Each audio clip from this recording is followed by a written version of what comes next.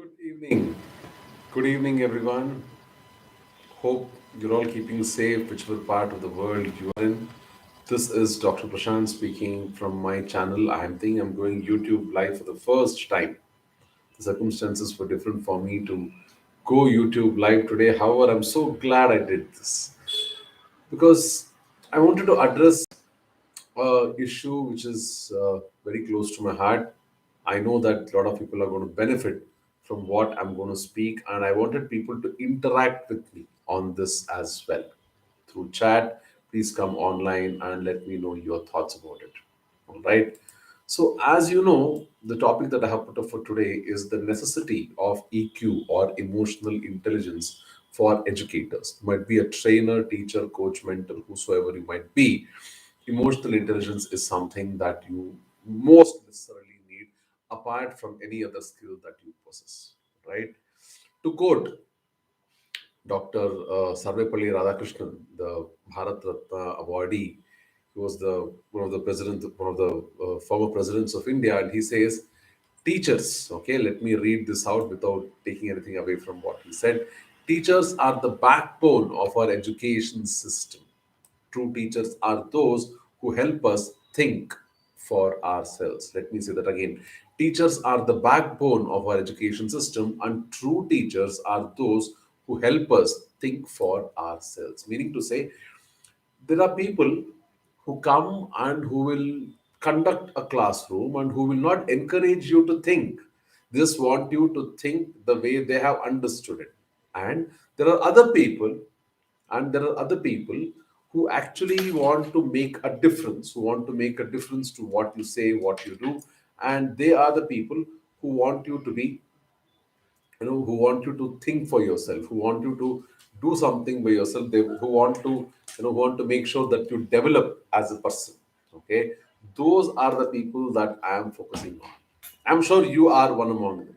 I'm sure you are one among them who thinks that your job as an educator, as somebody who imparts any kind of knowledge or skill, or you want to hone somebody's attitude, your job does not get over the moment you exit the class.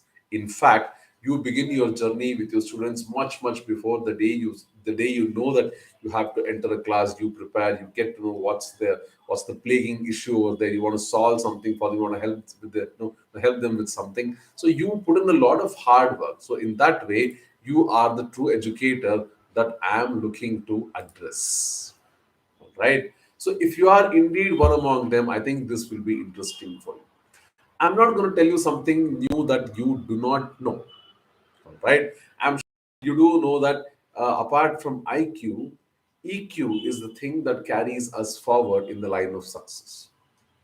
While IQ is much hyped, it is pretty much stunted because after a certain point of your life, IQ does not increase. You might go on to acquire a PhD or a double PhD or whatever, but there is no significant points, numerical points added in the way of intelligence quotient. However, EQ is something that you can go on accruing all your life. That's how big EQ is. And EQ of late is the differentiating factor between the successfuls and the have-beens also, right? So that being said, you cannot escape not knowing about emotional intelligence, irrespective of any kind of profession that you are in. You might be a doctor, engineer, lawyer, teacher, bus driver, conductor, government official, working in any other kind of corporate or organizational job, administrator, HR manager, you name it. Emotional intelligence is something that you need to know, and you don't have a limited amount of time to know it. You grow along with it. It grows on you. Your experiences in life add more and more value to how emotionally intelligent you are. Okay, so it's a lifelong journey to be emotionally intelligent, and it makes you a better person. It improves your relationships. It brings a lot of grace between you and your social relationships, your personal relationships, your intimate relationships, and definitely helps you in your career trajectory also. Okay, if you don't believe me, you need to go on the very same YouTube and check out a lot of people who are very accomplished people who talk about emotional intelligence as to how this was the differentiating factor in them becoming any other ordinary professional, and in them soaring high up in their careers.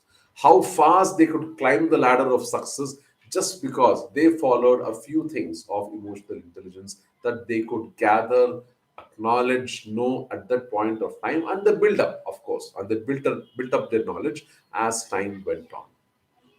So why are we talking about this in the form of education? Teachers are no different. I myself am a teacher. Yes, I call myself a corporate trainer, but I'm more happy when somebody calls me a teacher because I try to make maximum impact with people who are in the learning phase, starting from school children all the way till people who are in their career. Okay, so the the hierarchy, or the post of a teacher actually suits me more than trainer. That's what I would like to be called as, remembered as. So teaching comes naturally to me, and the passion of a teacher has taught me again and again that the more I connect with my audience, not cerebrally, more emotionally, more with their thoughts and feelings as to why they have come into my class, their aspirations, and how I can channelize, how I can energize, how I can set that fire burning with their own emotional energy, the more chances that they'll be more successful. Okay, so I use their own emotions as their motivation. I use their own strengths to push them forward. I use their own experiences in life to make them better people. So whenever I meet somebody and I have to teach them emotional intelligence, I'll be very brutally honest with them. I always tell them that, look, I'm not going to tell you something that you already do not know. Probably I'm going to give it more structure. All right. Probably I'm going to make you realize it on your own that you have it, but I'm going to bring it out, polish it a bit, and you are going to be ready to go kiss the world. All right. That's my intention. I'm not here to ask anybody to go on a path with me on discovering something new. They will discover something new, but it is for them. But I'm not promising them that. Okay. I already know that they have it. I just want them to see it, that they have this special skill called emotional intelligence. And I want them to realize that it is so golden, it's so precious, that this small change in their life of evaluating their strengths, keeping their emotions under check, using emotions sometimes to make decisions, using thoughts sometimes to make other decisions, empathizing with other people, okay, is going to set them apart. It's going to make them from being successful to being ultra successful. All right. This is what I want to do. It's my motto. It's my journey. All right. That's my mission.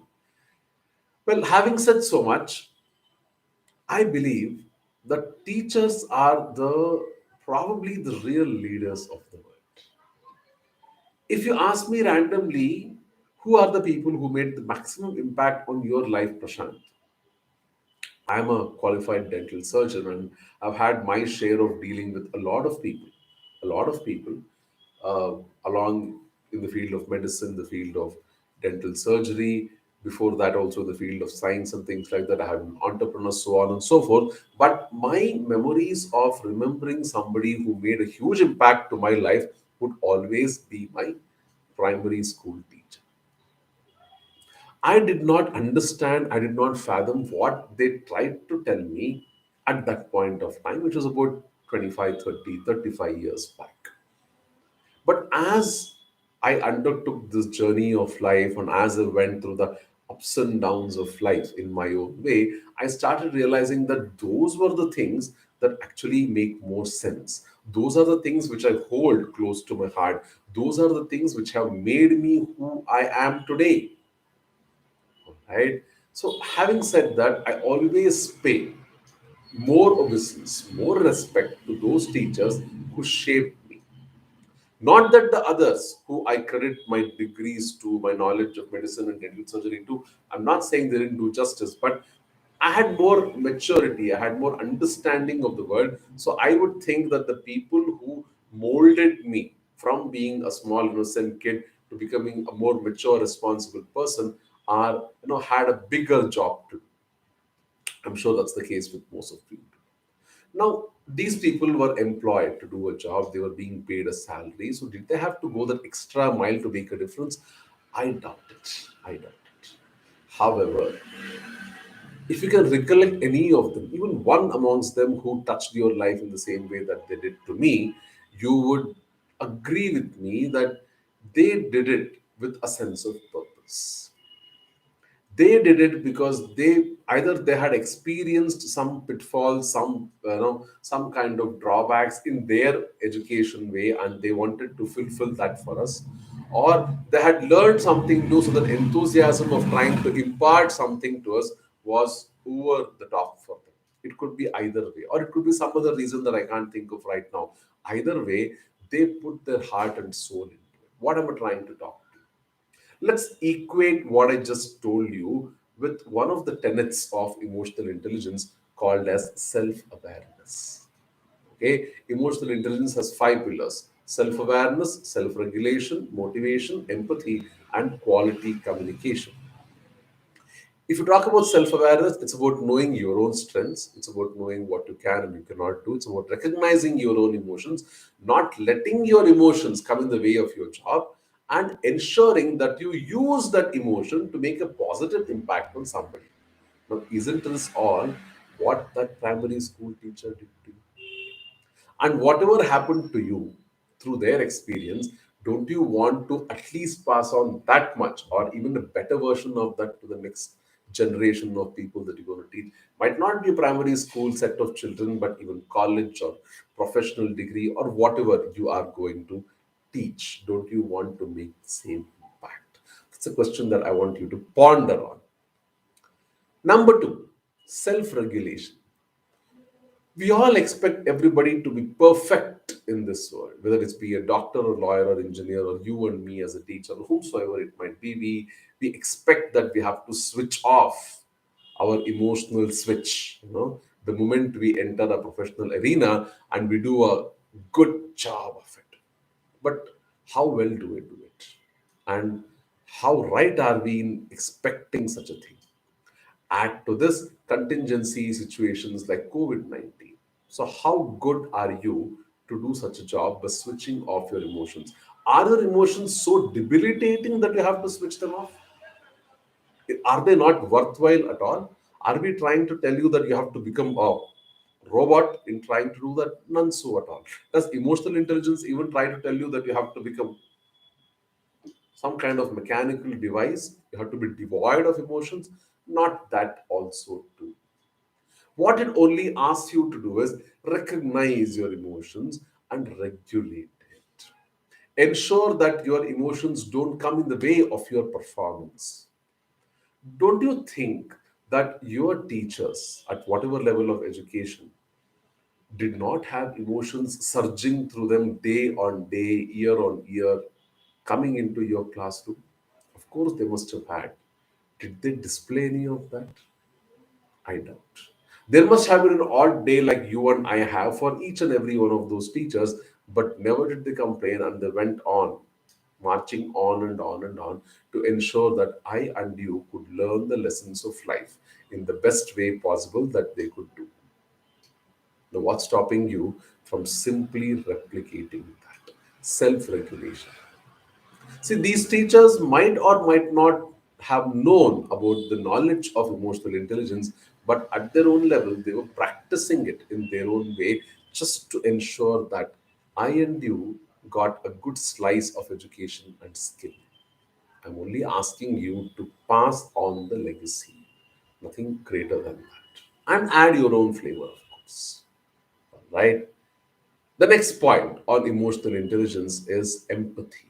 I'm going to come to motivation a little later. All right, empathy.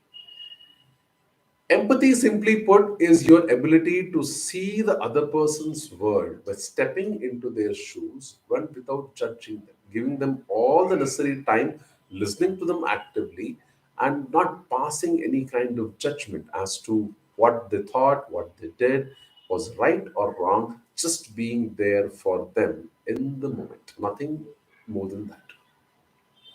It's difficult to practice empathy, believe me.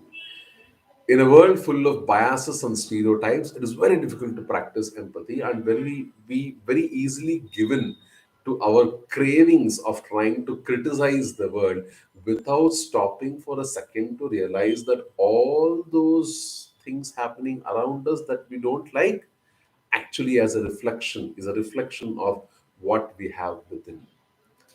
What we have within is what we see outside. If we choose to see the good in the outside world, we need to be acting it out similarly on the inside as well. It has to be a change inside out, but I'm not going to go there. It's a different discussion point.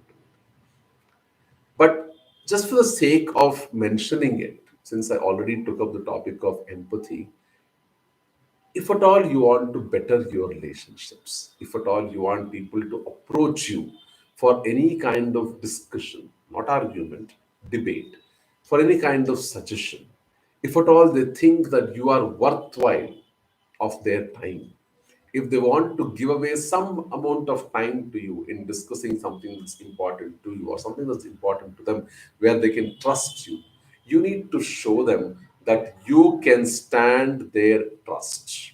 You're not going to betray them, that you will be there with them at all points of time without flinching ever. Can you do that? Is something that I want you to ponder. Can you do that? It's not easy. Okay, as human beings, as I said, we very easily give in to these biases and stereotypes of race, religion, color, politics, sex. God knows what all biases we have, right? And there might be thousands of more such things. However, to rise above all of that, to ensure that you are seeing another person's point of view, feeling for them, understanding what they're trying to say, not judging them, and in case, a big in case they ask you for any help or advice, helping them out to the best of your abilities. That is what empathy is all about. Now tell me, you must have had teachers in your school who dismissed your suggestions, your points of view, your doubts, the clarifications that you needed with a critical feedback. They probably thought that the things that you are asking are not serious enough to be discussed. They are not good enough for the classroom. They belittled you at points of time. Would you go back to the teacher again? Would you have the confidence to talk with the same kind of, dignity to stand up in class and ask a question? Probably. So if you remember this happening to you or somebody in your class at that point of time, would you want the same thing done to somebody in your class? Would you want to dismiss somebody's question? Would you want to belittle somebody thinking, hey, your question is not important. It's not relevant right now. It's not pertinent right now. Do you want to do that? Or do you want to actually pay attention? People don't put you on a pedestal for no reason, right? They put you on a pedestal, and when I mean a pedestal, it means a teaching profession because teaching has been known to be the noblest of professions. Noblest of professions. That's a big pedestal. That's a big. There's a big shoes to fill, and you don't get it for no reason. You have proven your mettle again and again and again. You have got all those academic degrees, you've got all those certifications, you have done so many hours of courses and case studies and blah, blah, blah, blah, blah. But is that the end? Do you have nothing more to show beyond that?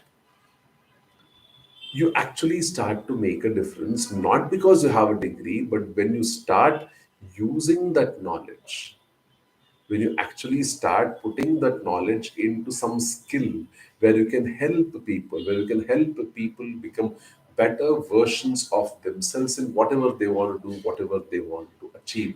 Unless you do that, your degree, your certificate is a piece of paper in a is a nicely framed photograph somewhere on your wall. Looks good, but it's as it's as useful as yesterday's newspaper. I'm sorry to say that, but somebody has to.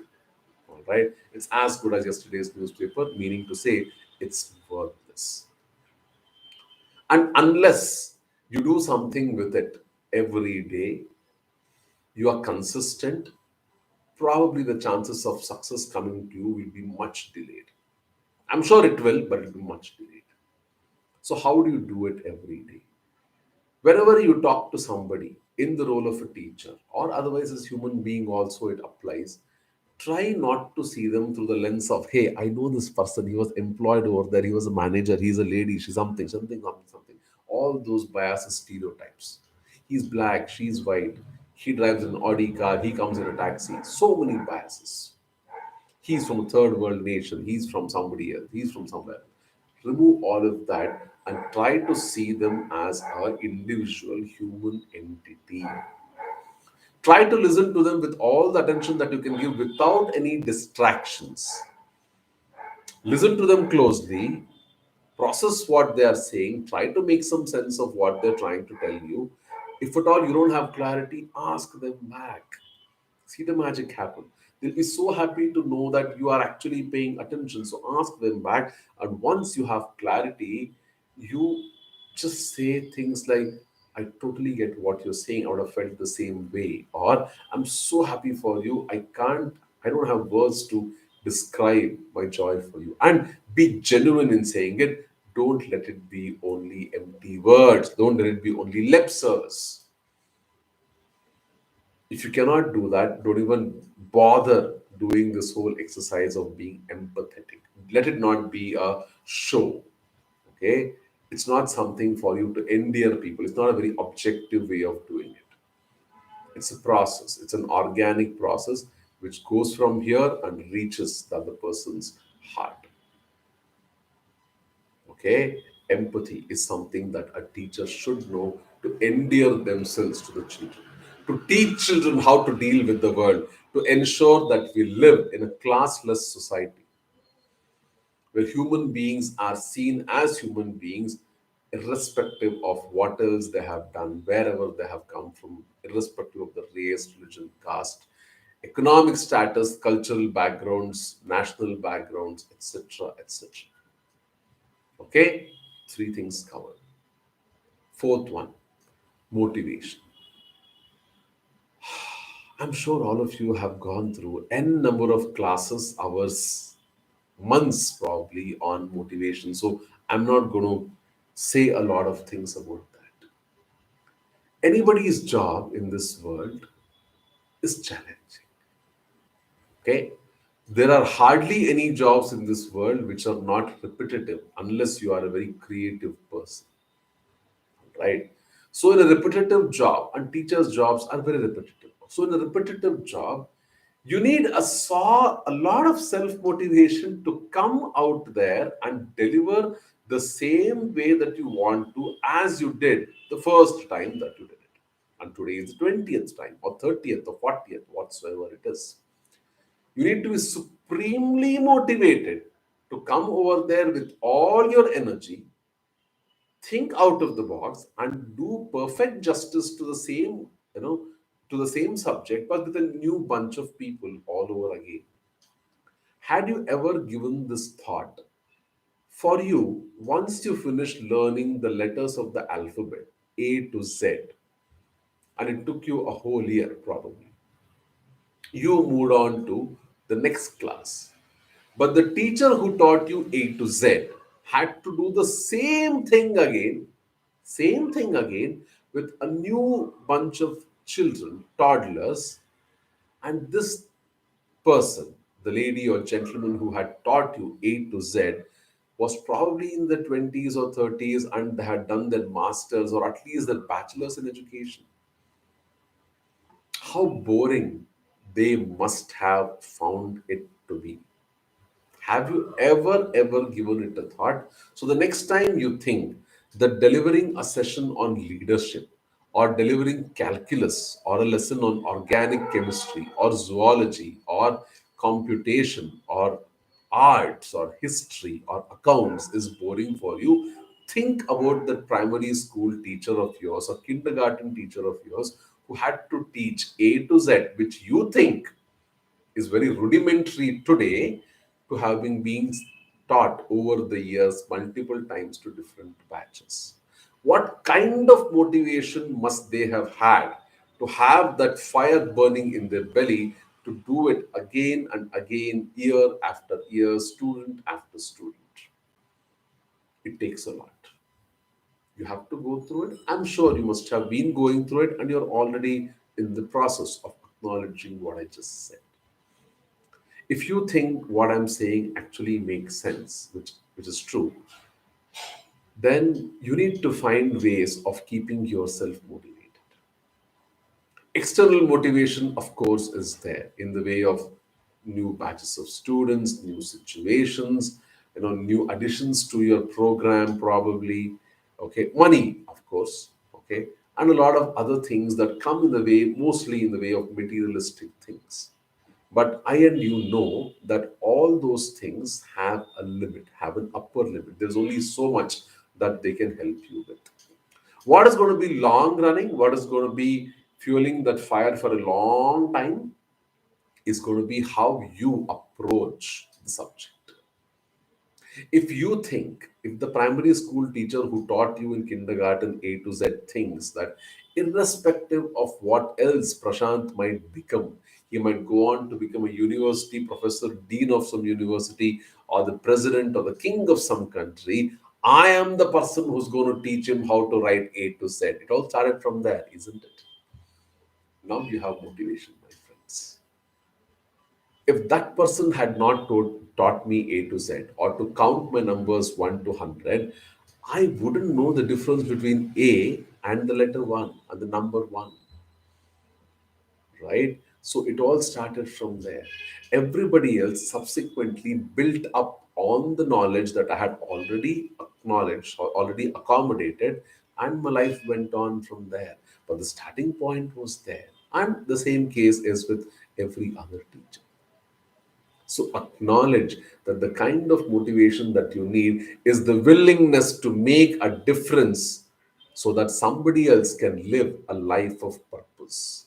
The willingness to make a difference so that your pupil, your student, whosoever it might be a kindergarten student, might be a 50-year-old, might be a 100-year-old, lives a purposeful life. Their life is going to be different, and that is going to be your fee, your actual fee. That should motivate you. If you don't find this motivating, I'm sorry, you're doing a boring job. All right, that should motivate you, that you help somebody. Teaching is not any other kind of industry, it is a service industry. People often forget that teaching is a service industry, like banking, like hospitality, like healthcare. It's a service industry.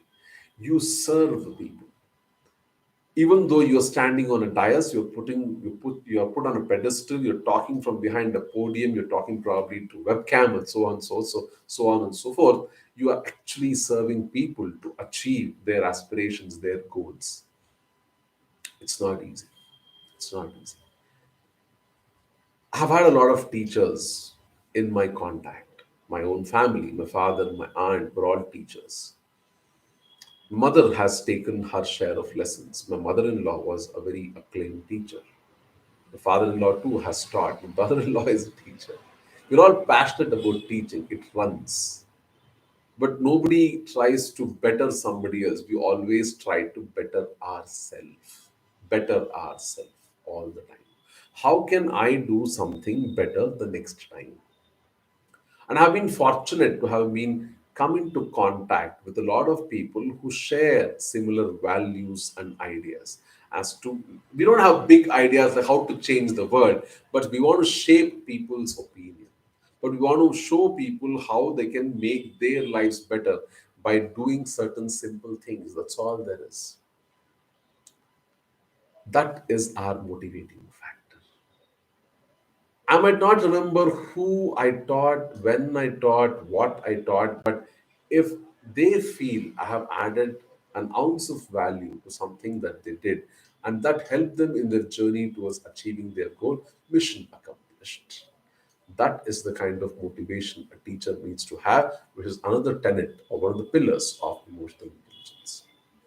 Lastly, but finally, but most importantly, if you have to achieve either self awareness, self regulation, motivation, or even empathy, you need to use two faculties. Two faculties. Very minimum two faculties, actually three, but I'll stick to two.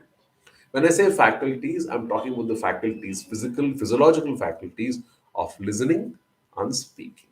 Listening and speaking. And that's where quality communication comes in. If you want to be understood in this world, you need to start understanding other people. And the only way to understand other people is to listen, is to read, is to pay attention, is to process their thoughts without judgment. That is being empathic. So the moment you start communicating the right way, okay, by adding value to the other people, the other person or a group of people, you start communicating at a different level altogether. Quality communication comes in. Make more statements like, can you help me understand?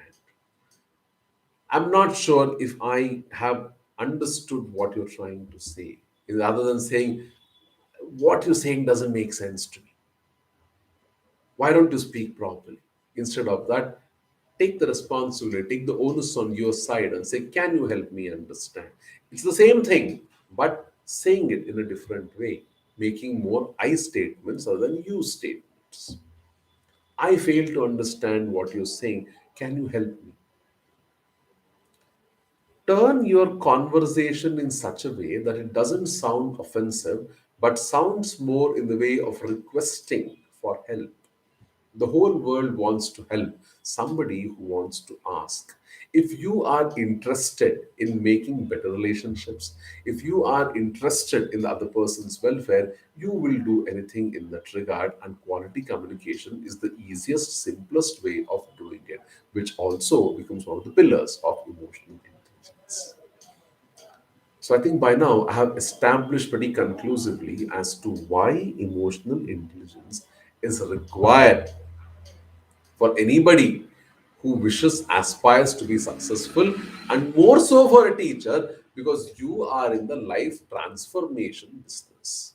You are in the business where you try to help people by giving them solutions, be it you are a kindergarten teacher, be it you are a teacher in a high school, in a college, in a professional environment, or even in a medical hospital or an engineering organization or anything like that. If you are any kind of educator, if you're any kind of knowledge giver, emotional intelligence is a must for you. You not only need to be emotionally intelligent yourself, you also need to ensure that you develop this sense of emotional intelligence in other people. And other people are not going to believe in emotional intelligence unless you walk the path. Emotional intelligence is definitely not something where people believe hearsay. They just go with theory. They want to see how it is practiced. Okay, they want to see what are the benefits of it. Only then will they come to some understanding that, oh, this is important. Oh, this is what I'm supposed to do. Oh, this is what I get by doing this. So, my friends, to sum it all up, right? Emotional intelligence is here to stay.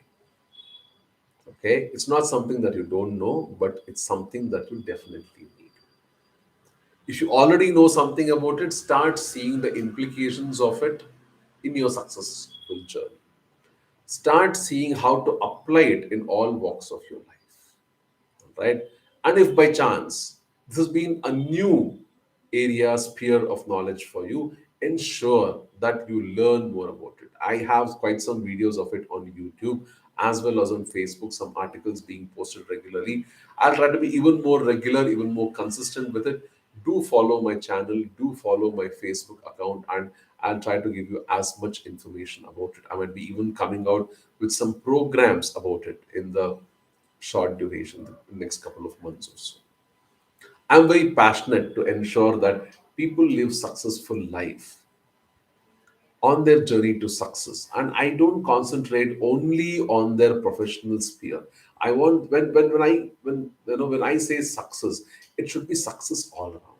How can you be happy only in one section or one aspect of your life and not so happy in other aspects of your life? That logic doesn't apply to me at all. It doesn't convince me in any way at all. When I say somebody is successful, they are successful and happy all around in every sphere of life. So, having said that, the only thing that can fulfill you, the only thing that probably might be missing in your basket of success is emotional intelligence. Go ahead, know more about it, follow my channel and my Facebook account to know more about it. I also write articles on LinkedIn. You can look me up in the name of Dr. Prashant B, DrPrashantB. All right, and you will get my links on LinkedIn. This is Prashant signing off. Take care wherever you are. Stay safe. Be careful. Mask on. And I'll see you in upcoming videos the next week, probably. Bye bye.